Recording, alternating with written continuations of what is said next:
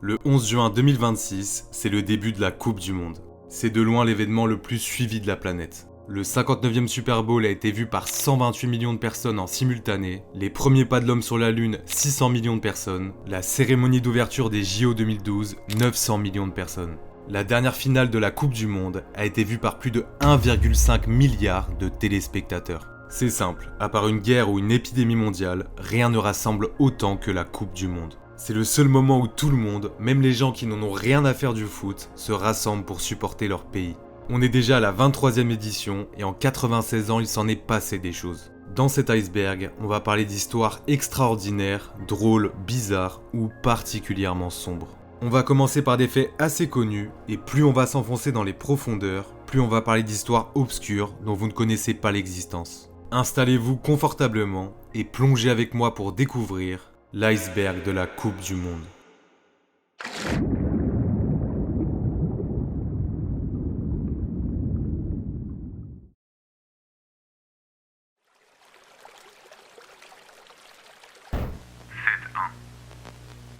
Au Brésil, le football, c'est pas un sport, c'est une religion. Donc quand la FIFA annonce que le Brésil va organiser la Coupe du Monde 2014, c'est l'euphorie totale. Pour les Brésiliens, c'est l'occasion de remporter le premier titre de leur histoire à domicile. Pour organiser ce mondial, le Brésil lance des travaux gigantesques. Des stades flambant neufs, des rénovations massives et des projets d'infrastructures dans tout le pays. Au total, on parle de plusieurs milliards de dollars dépensés, l'une des Coupes du Monde les plus chères de l'histoire.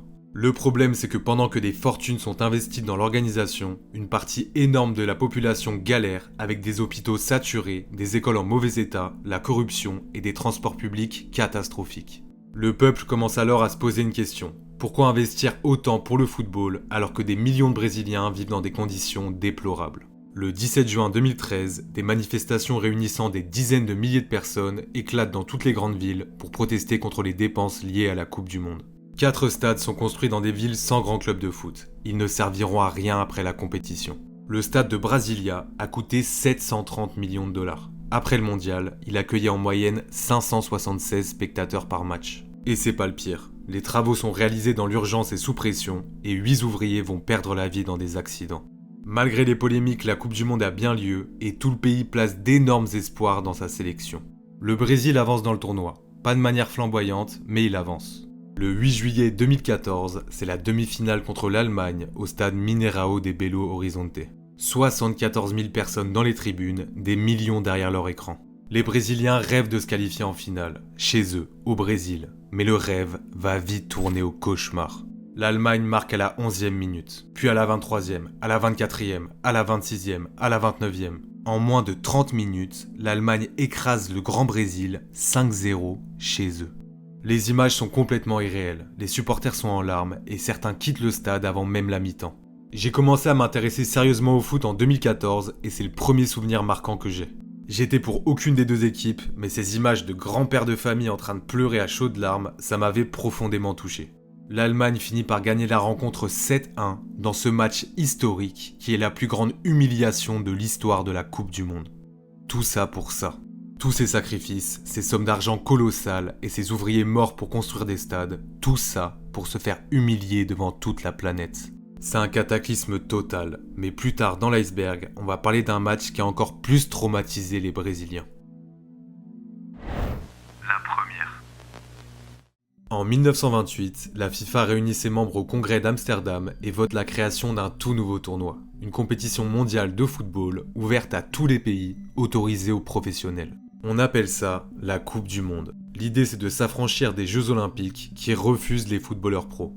La première édition est prévue pour 1930 et il faut trouver un pays hôte. 6 candidats se présentent, mais seul l'Uruguay est prêt à payer le voyage et l'hôtel de toutes les équipes participantes. C'est là que les problèmes commencent. L'Uruguay, c'est à l'autre bout du monde. Les équipes européennes hésitent à faire le trajet à cause de la durée hallucinante du voyage. À l'époque, les vols longue distance étaient extrêmement limités. Et pour traverser l'Atlantique, il fallait prendre le bateau. 4 très longues semaines de traversée aller-retour. Seulement 4 sélections européennes acceptent. La France, la Belgique, la Roumanie et la Yougoslavie. Pendant la traversée, les joueurs s'entraînent directement sur le pont du navire. Ils font du jogging, jonglent avec le ballon au milieu d'énormes bourrasques de vent, c'est complètement lunaire. La compétition commence avec seulement 13 nations. Tous les matchs se jouent à Montevideo et l'engouement n'a rien à voir avec aujourd'hui. Le match Roumanie-Pérou fait 300 spectateurs, la plus faible affluence jamais enregistrée en Coupe du Monde. À cette époque, il n'y a pas de remplaçant, pas de carton jaune ou rouge, les contacts sont extrêmement violents et les arbitres étaient habillés en chemise-cravate et en pantalon de ville. Cependant, la finale entre l'Argentine et l'Uruguay attire plusieurs dizaines de milliers de spectateurs. L'ambiance est tellement électrique que l'arbitre accepte de prendre en charge le match à une seule condition, qu'un bateau soit prêt à quitter le port 1 heure après la fin du match, au cas où il devrait fuir le pays. À l'époque, il n'y a pas de ballon officiel, c'est complètement lunaire. Les deux équipes veulent jouer avec leur propre ballon. L'arbitre va prendre une décision, la première mi-temps se jouera avec un ballon argentin et la seconde avec un ballon uruguayen. L'Uruguay s'impose finalement 4-2 dans son pays et marque à jamais l'histoire en gagnant la toute première Coupe du Monde. Il est temps de plonger sous la surface pour explorer les eaux claires. R9. On est le 12 juillet 1998 et le Brésil est le grand favori de la finale de la Coupe du Monde. L'équipe est monstrueuse. Roberto Carlos, Rivaldo, Bebeto et surtout Ronaldo, 21 ans, considéré comme le meilleur joueur du monde. Tout le monde s'attend à ce qu'il fasse exploser la défense française pour offrir au Brésil sa 5e étoile. Mais 1 heure avant le coup d'envoi, quand la feuille de match circule, il y a une absence qui fait l'effet d'une bombe. Ronaldo n'est pas titulaire. C'est son coéquipier Edmundo qui est annoncé à sa place en pointe de l'attaque. Les journalistes sont sous le choc, les supporters brésiliens paniquent. Qu'est-ce qui se passe ? La nuit précédente, vers 4h du matin, Ronaldo a perdu connaissance et a été victime de convulsions. C'est son partenaire de chambre Roberto Carlos qui a prévenu le staff médical. Le staff le transporte en urgence à la clinique des Lilas à Paris pour une batterie d'examens cardiaques et neurologiques. Le médecin de l'équipe brésilienne annonce alors officiellement que Ronaldo ne peut pas jouer en invoquant une blessure à la cheville gauche. Zagallo, le sélectionneur, doit se résoudre à faire sans son meilleur joueur pour la finale de la Coupe du Monde. Mais un quart d'heure plus tard, nouvelle feuille de match, Ronaldo est titulaire. Il est bien sur la pelouse au coup d'envoi, mais tout le monde comprend très vite qu'il n'est que l'ombre de lui-même. Il n'est pas comme d'habitude, il a l'air complètement absent. Le Brésil se fait atomiser 3-0, Zidane plante 2 têtes et c'est la France qui devient championne du monde. Le lendemain, des images montrent Ronaldo qui descend de l'avion du retour au Brésil en titubant comme s'il était ivre. Alors, qu'est-ce qui s'est vraiment passé ? La version officielle, c'est une crise d'épilepsie causée par un stress extrême. Roberto Carlos lui-même a évoqué les convulsions et l'écume dans la bouche et le médecin de l'époque a conclu à une crise épileptique. Mais en 2012, Bruno Caru, un cardiologue italien qui travaillait à l'époque avec le médecin de l'Inter Milan, sort une version complètement différente. Selon lui, Ronaldo aurait fait un arrêt cardiaque. Son électrocardiogramme n'aurait pas été analysé correctement et au moment de la crise, son cœur aurait eu 18 pulsations par minute. Caru affirme qu'on lui a donné un sédatif très puissant, normalement utilisé en cas d'épilepsie, mais totalement contre-indiqué pour un problème cardiaque. Et que c'est ça qui expliquerait son état fantomatique pendant le match. Ensuite, il y a la théorie Nike. Nike était lié au Brésil par un contrat de 160 millions de dollars, et certains ont suggéré que la marque aurait fait pression pour que Ronaldo soit sur le terrain coûte que coûte, peu importe son état physique. Ce qui alimente les doutes, c'est que le président de la fédération brésilienne, Ricardo Teixeira, celui qui avait négocié le contrat avec Nike, est entré dans le vestiaire environ 1 heure avant le coup d'envoi. 20 minutes plus tard, Ronaldo débarquait et Zagallo rayait Edmundo de la liste. Beaucoup de théories et de versions différentes, mais personne n'arrive à se mettre d'accord avec certitude sur ce qui s'est passé ce jour-là. Ça reste l'un des plus grands mystères du football. En tout cas, une chose est sûre, ça nous a fortement aidé à gagner notre première Coupe du Monde. La honte de Riron. En 1982, la Coupe du Monde se déroule en Espagne et dans le groupe 2, on retrouve l'Allemagne de l'Ouest, l'Autriche, le Chili et l'Algérie. Sur le papier, l'Algérie n'a absolument aucune chance. C'est la première Coupe du Monde de son histoire et en face, il y a 2 énormes nations européennes habituées des grandes compétitions. Mais dès le premier match, les Algériens vont choquer le monde entier en battant l'Allemagne 2-1, devenant la première équipe africaine à battre une équipe européenne en Coupe du Monde. Dans les rues d'Alger, c'est une explosion de joie. Personne n'en revient. L'Allemagne de l'Ouest, c'est une machine de guerre à l'époque. Ils viennent de remporter l'Euro et ont gagné la Coupe du Monde 8 ans plus tôt. Les Allemands prenaient tellement l'Algérie de haut qu'avant le match, le sélectionneur Job Derwall a dit qu'en cas de défaite, il rentrerait au pays en train.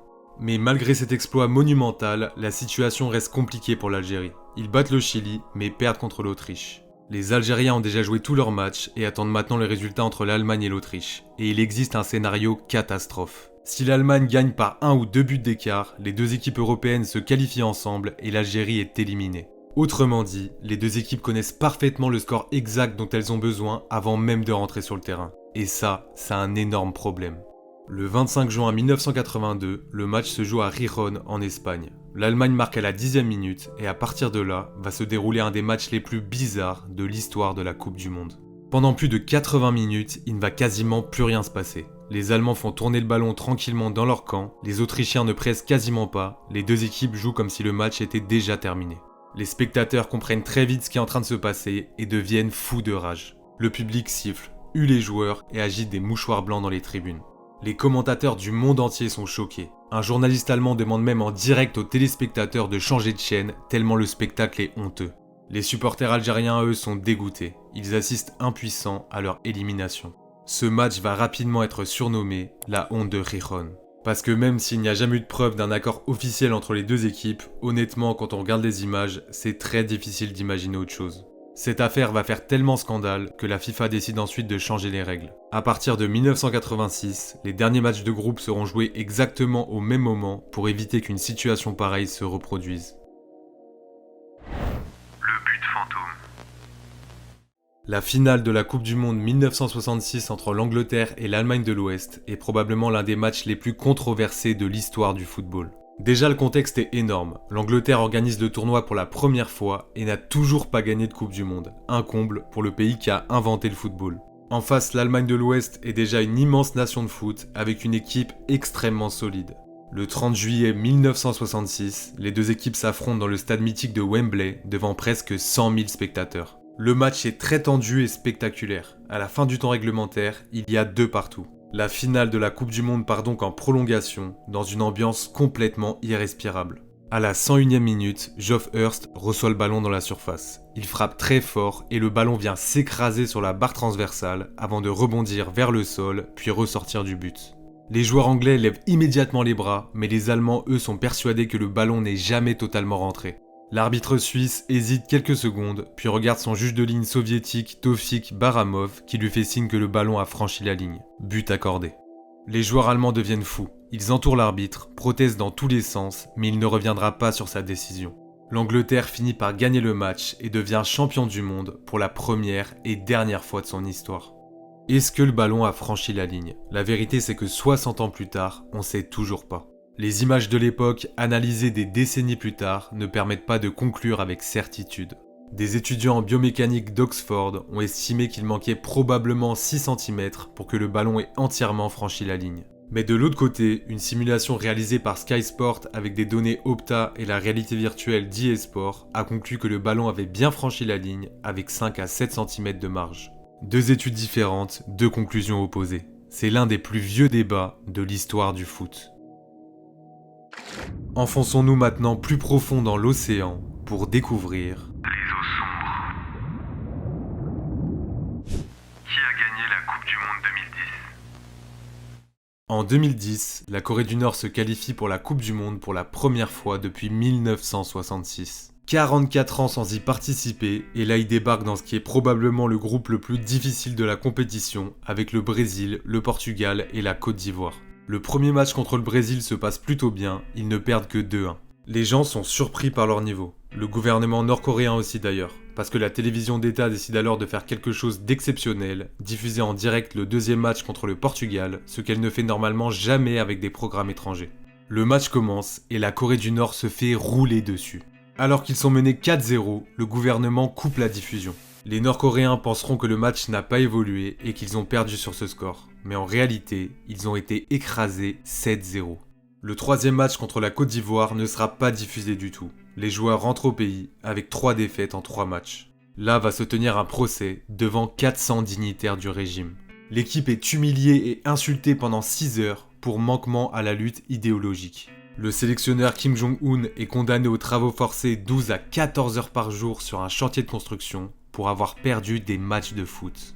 Une autre rumeur complètement folle circule encore aujourd'hui. Le régime aurait manipulé son peuple et diffusé de fausses informations pour leur faire croire que le Portugal avait gagné la Coupe du Monde. C'était pour eux un moyen de montrer que, ok, on a perdu, mais contre l'équipe qui a fini championne du monde. Il n'y a aucune preuve vraiment solide pour confirmer cette théorie. Quasiment tout ce qui touche à la Corée du Nord est impossible à vérifier. Mais il y a un monde où les Nord-Coréens pensent encore aujourd'hui que le Portugal a gagné la Coupe du Monde 2010. Zaïre, 1974. En 1974, la Coupe du Monde se déroule en Allemagne de l'Ouest. Pour la première fois de l'histoire, une nation subsaharienne se qualifie pour le mondial. Cette équipe, c'est le Zaïre, aujourd'hui connu sous le nom de République démocratique du Congo. À cette époque, Mobutu Sese Seko dirige le pays d'une main de fer depuis son coup d'État. Mobutu est obsédé par l'image de son pays. Il a décidé de miser à fond sur le sport comme outil de propagande et de prestige national. Il invite les joueurs dans sa résidence de luxe avant le départ. Il les traite comme des rois et leur promet une grosse somme d'argent pour leur qualification. Les Léopards, tout juste vainqueurs de la CAN, arrivent en Allemagne confiants et certains bookmakers en font même une potentielle surprise pour le mondial. Pour leur premier match, ils perdent 2-0 contre l'Écosse. Ils n'ont pas été ridicules et c'est que leur premier match, ils ont le temps de se rattraper. Mais malheureusement, les problèmes vont commencer à s'enchaîner. Les joueurs n'ont toujours pas reçu la prime promise pour la qualification. Ils sont furieux et certains menacent même de faire grève. Leur prochain match est contre la Yougoslavie et Mobutu va prendre une décision hallucinante. La veille du match, il écarte l'entraîneur de la sélection parce qu'il est yougoslave et qu'il a peur qu'il transmette des informations tactiques à ses compatriotes. Le Zaïre se présente donc sans coach face à la Yougoslavie et se font rouler dessus 9-0, l'une des plus lourdes défaites de l'histoire de la Coupe du Monde. Les joueurs se présentent contre le Brésil pour leur troisième match après avoir reçu des menaces de Mobutu.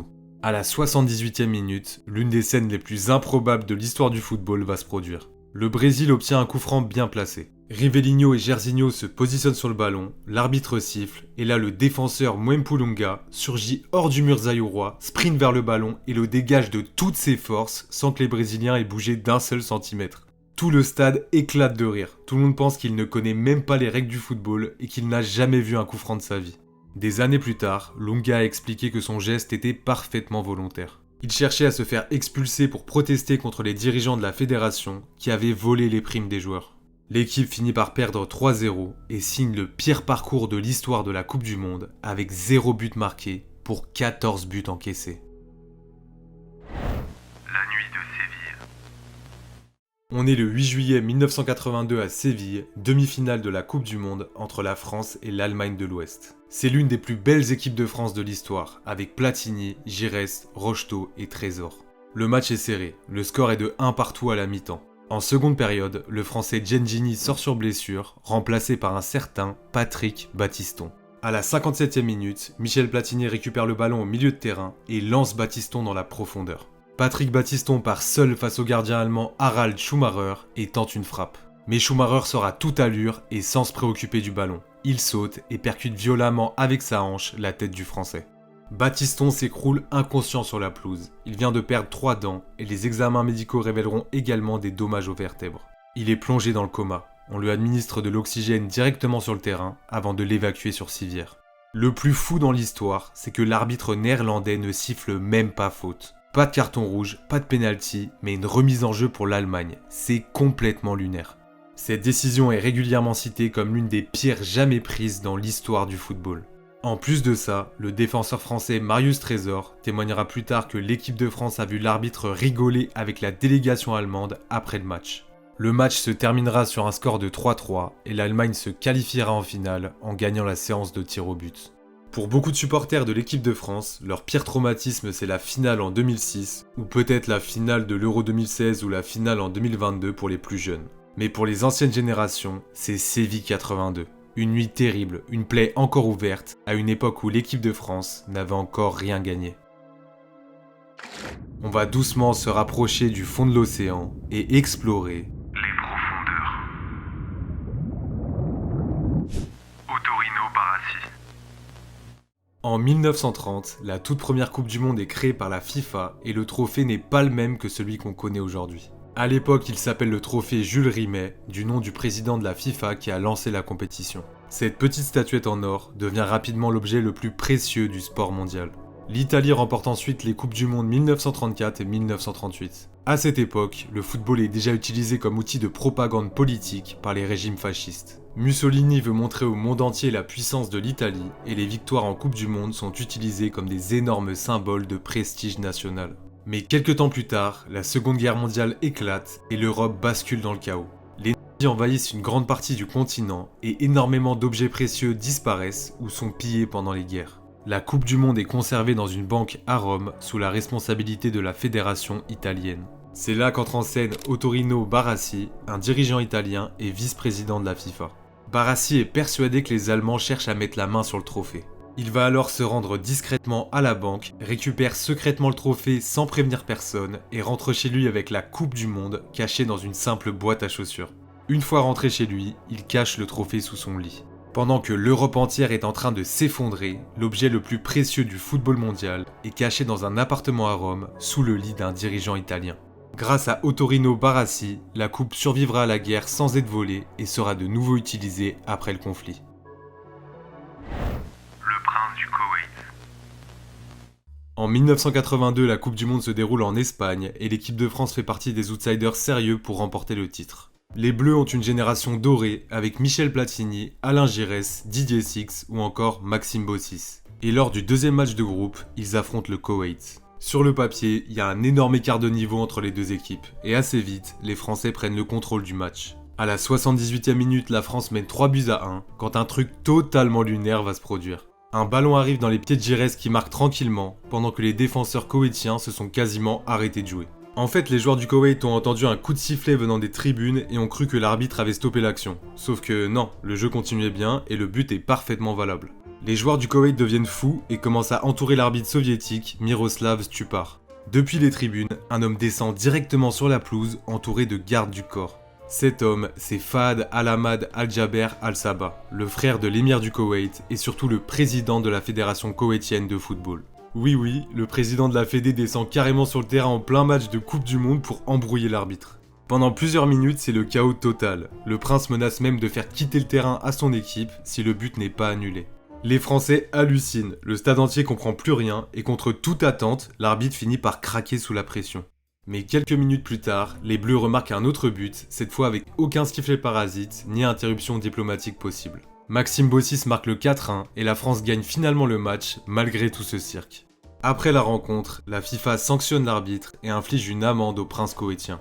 Mais plus de 40 ans plus tard, cette scène digne d'un épisode des Simpsons reste toujours aussi mythique parce qu'on verra probablement plus jamais ça en Coupe du Monde. Andrés Escobar. Andrés Escobar est né le 13 mars 1967 à Medellín en Colombie. Très tôt, il développe une passion pour le football et devient défenseur central à l'Atlético Nacional, l'un des plus grands clubs du pays. Élégant dans son jeu, très calme et respectueux, il gagne rapidement un surnom, le gentleman du football. Au début des années 90, la Colombie possède une génération dorée. Le pays a énormément d'espoir avant la Coupe du Monde 1994, surtout après une victoire historique 5-0 contre l'Argentine à Buenos Aires pendant les qualifications. Certains experts disent même que la Colombie peut gagner le mondial. Mais derrière cette euphorie, le pays est ravagé par la violence et le narcotrafic. À cette époque, les cartels ont énormément d'influence dans le football colombien. Ils investissent dans des clubs, blanchissent de l'argent et misent des sommes énormes sur les matchs de la sélection.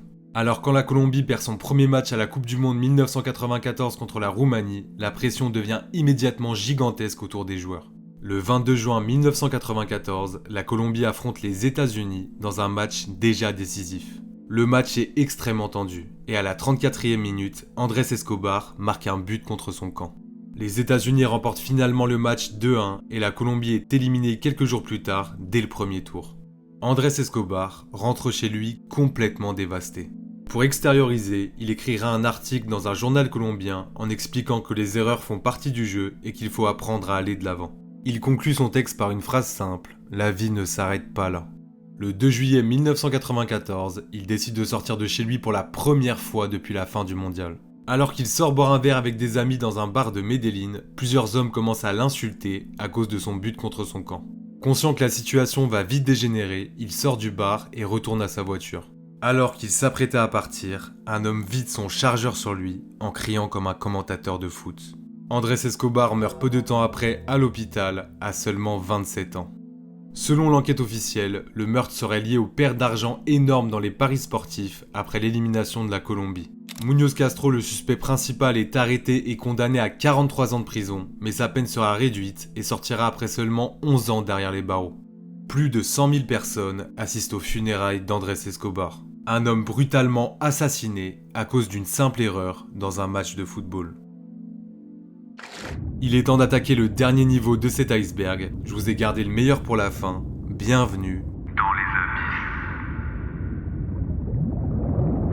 abysses. Pickles.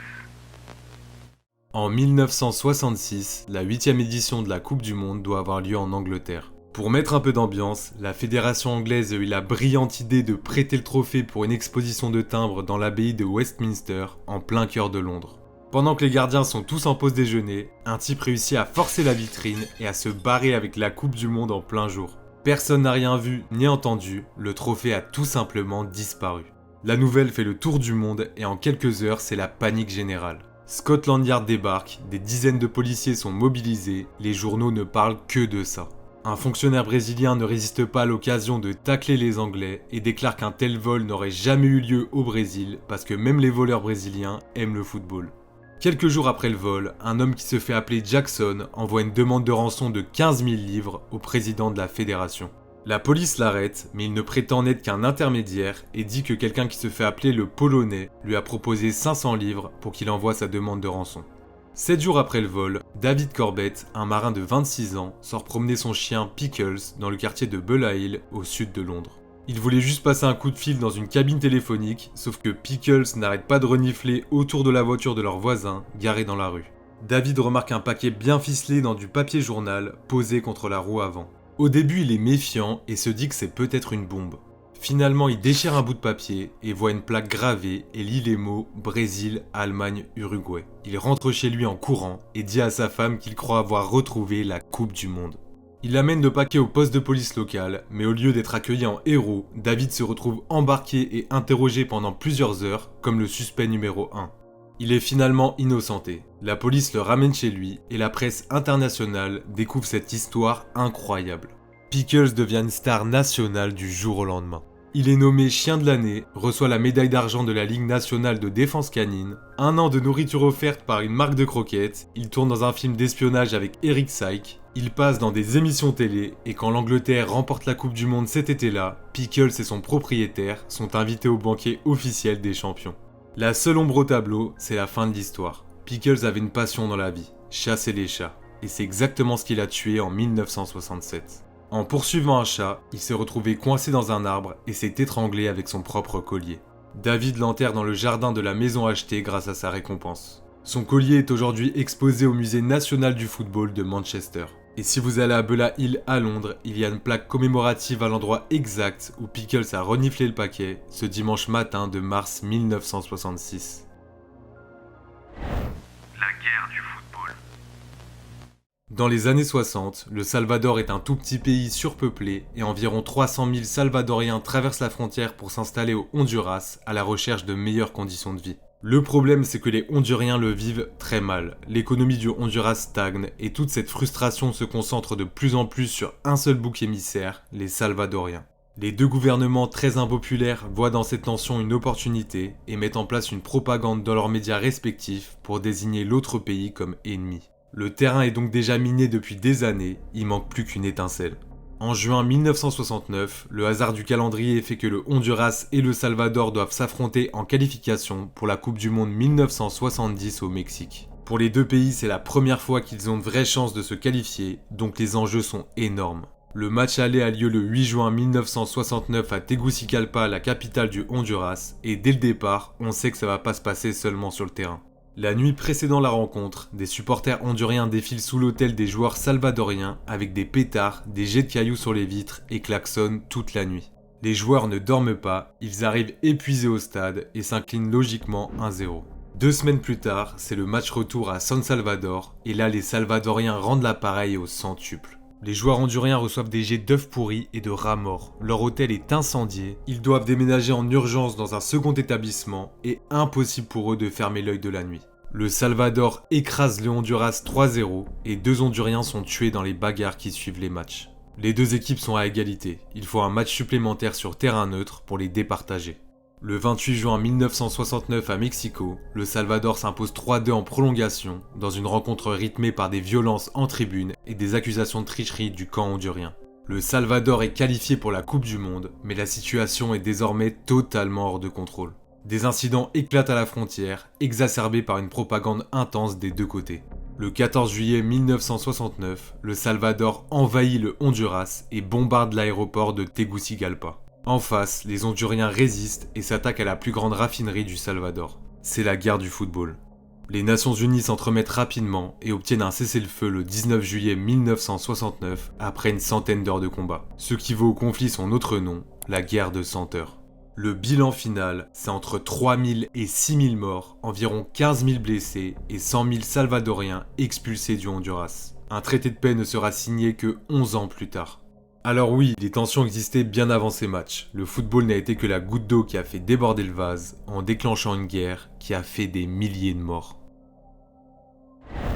Corée du Nord, 1966. En 1966, la Coupe du Monde se déroule en Angleterre. Parmi les 16 équipes qualifiées, il y en a une qui détonne complètement. Une équipe venue d'un pays que presque personne ne connaît. Un régime autoritaire complètement fermé sur lui-même, la Corée du Nord.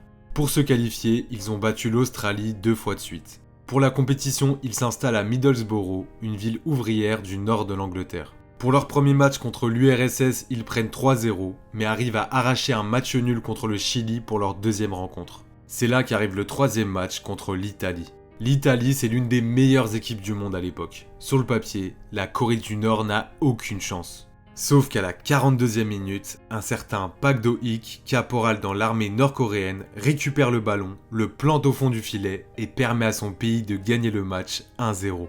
L'élimination de l'Italie choque le monde du football. La squadra Azzurra rentre au pays la nuit en secret, mais des tifosi furieux les attendent quand même à l'aéroport de Gênes et leur lancent des tomates. Dans la ville de Middlesbrough, les Nord-Coréens deviennent de véritables stars. Les habitants les adoptent complètement. Les gamins leur demandent des autographes dans la rue et les supporters commencent à ramener des drapeaux nord-coréens au stade. Dans une ville ouvrière qui adore les outsiders, ces petits gars modestes et souriants venus de nulle part ont tout de suite trouvé leur public. La Corée du Nord file en quart de finale. C'est la première équipe asiatique de l'histoire à atteindre ce stade de la compétition et ils doivent affronter le Portugal. Après seulement 24 minutes, la Corée du Nord mène déjà 3-0. Le stade est en feu. Les supporters de Middlesbrough qui ont fait le déplacement n'en croient pas leurs yeux. Sauf qu'en face, il y a Eusebio, le ballon d'or en titre. Il marque un quadruplé et qualifie son pays pour la demi-finale. Pour la Corée du Nord, l'aventure s'arrête ici, mais tout le monde retiendra ce parcours incroyable. Les joueurs retournent au pays et on n'aura plus aucune nouvelle d'eux pendant plusieurs années. Des rumeurs complètement folles commencent à circuler. D'après certains, ils auraient été envoyés dans des camps de travail, punis pour avoir perdu contre le Portugal après avoir mené 3-0. En 2002, le réalisateur britannique Daniel Gordon obtient un accès inédit en Corée du Nord pour réaliser un documentaire sur ce parcours incroyable. Il retrouve les 7 joueurs encore en vie et l'un d'eux dira en interview que ces rumeurs sont complètement fausses. Mais comme pour tout ce qui vient de Corée du Nord, impossible de vérifier quoi que ce soit. Et le démenti d'un joueur vivant encore sous ce régime est à prendre avec des pincettes. Le documentaire est un grand succès et les survivants sont invités à Middlesbrough où ils sont accueillis en héros par les supporters, 36 ans après leur parcours extraordinaire. Le choc du Maracana. En 1950, la Coupe du Monde fait enfin son retour après 12 ans d'absence à cause de la Seconde Guerre mondiale. Pour organiser l'événement, la FIFA choisit le Brésil. C'est fou de dire ça, mais à l'époque, ils ne l'avaient encore jamais gagné. C'est l'occasion pour les Brésiliens qui sont complètement fous de ce sport, de montrer qu'ils sont devenus une grande nation du foot. Pour l'occasion, ils construisent un stade gigantesque à Rio de Janeiro, le Maracana. À l'époque, c'est tout simplement le plus grand stade du monde. Le Brésil marche littéralement sur tout le monde pendant le tournoi. Ils écrasent la Suède 7-1, puis l'Espagne 6-1, avec un football spectaculaire. Le Brésil est euphorique. Les journaux impriment déjà des unes célébrant le futur titre et des chansons de victoire passent à la radio avant même la finale. Enfin, techniquement, c'est pas vraiment une finale. Le tournoi se joue sous la forme d'une espèce de championnat, mais ça revient au même. Le dernier match qui oppose le Brésil à l'Uruguay va décider qui sera champion du monde. Le scénario semble déjà écrit d'avance. Le Brésil est trop fort et n'a besoin que d'un match nul pour être champion. Le 16 juillet 1950, plus de 170 000 personnes remplissent le Maracana dans une ambiance complètement irréelle. Certains historiens pensent même qu'en comptant les gens debout et les entrées non officielles, il y avait peut-être plus de 200 000 personnes dans le stade. Encore aujourd'hui, c'est la plus grande affluence dans un stade de l'histoire, tout sport confondu. Le match commence et en début de deuxième mi-temps, le Brésil ouvre le score. Le stade explose complètement. Les gens chantent, pleurent, les Brésiliens célèbrent déjà le titre. Sauf que quelques minutes plus tard, l'Uruguay égalise contre le cours du jeu. Puis à la 79e minute, Alcides Giguia part sur le côté droit, rentre dans la surface et marque le deuxième but. Le stade entier devient subitement silencieux. Des centaines de milliers de Brésiliens sont complètement figés, incapables de réaliser ce qui est en train de se passer. Après le coup de sifflet final, le choc est tellement violent que le pays entier sombre dans une dépression collective. Dans le stade, plusieurs personnes auraient eu des malaises, auraient fait des crises cardiaques et un supporter se serait jeté du haut du Maracanã. Cette défaite plonge le Brésil dans une ambiance apocalyptique et entraîne une vague de suicides dans tout le pays. Cette défaite est tellement violente psychologiquement que le Brésil abandonne définitivement son maillot blanc après le tournoi pour adopter le célèbre maillot jaune qu'on connaît aujourd'hui. Les joueurs brésiliens rentrent au vestiaire en pleurant et n'osent même plus regarder les supporters. Le gardien Barbosa devient le symbole du désastre. Pendant des décennies, il sera insulté, rendu responsable de la défaite et traité comme un paria dans son propre pays.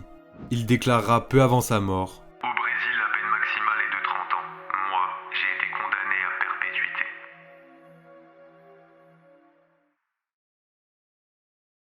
C'est la fin de cette vidéo, j'espère que vous l'avez appréciée. Sur les sites de Paris, j'ai vu que les favoris pour la Coupe du Monde 2026, c'est l'Espagne, suivi de la France et de l'Angleterre. Je vais me risquer à un petit pronostic pour le fun, même si je sais que cette vidéo va probablement mal vieillir. Je vois la France enchaîner une 3e finale d'affilée et aller au bout. L'armada offensive qu'on a, c'est n'importe quoi. Mbappé, Dembélé, Olysée, ça peut faire sauter n'importe quelle défense. J'ai aussi hâte de voir ce que vont faire Désiré Doué, mais surtout Ryan Cherki. Je vois également le Portugal faire un gros parcours. Pour moi, c'est incompréhensible qu'il soit que 6ème dans les cotes. Déjà avec les immenses cracks Vitinha, João Neves et Bruno Fernandes qui est dans la forme de sa vie, t'as sûrement le meilleur milieu de terrain du tournoi. Mais alors si tu rajoutes Ruben Dias, Nuno Mendes, la fusée supersonique et CR7 qui peut encore apporter en super sub, pour moi ils peuvent faire tomber n'importe qui sur un match. En surprise, j'ai aussi hâte de voir ce que va faire l'Équateur et la Norvège. Vous pouvez aussi donner vos prédictions en commentaire, et pour les plus anciens qui me regardent, donnez-moi des histoires en Coupe du Monde qui vous ont marqué et que j'ai pas abordées. Vous pouvez aussi liker la vidéo, la partager, mais surtout, abonnez-vous à cette chaîne pour pas louper la suite. Merci à ceux qui le feront, bonne Coupe du Monde, et on se revoit très vite pour une prochaine vidéo.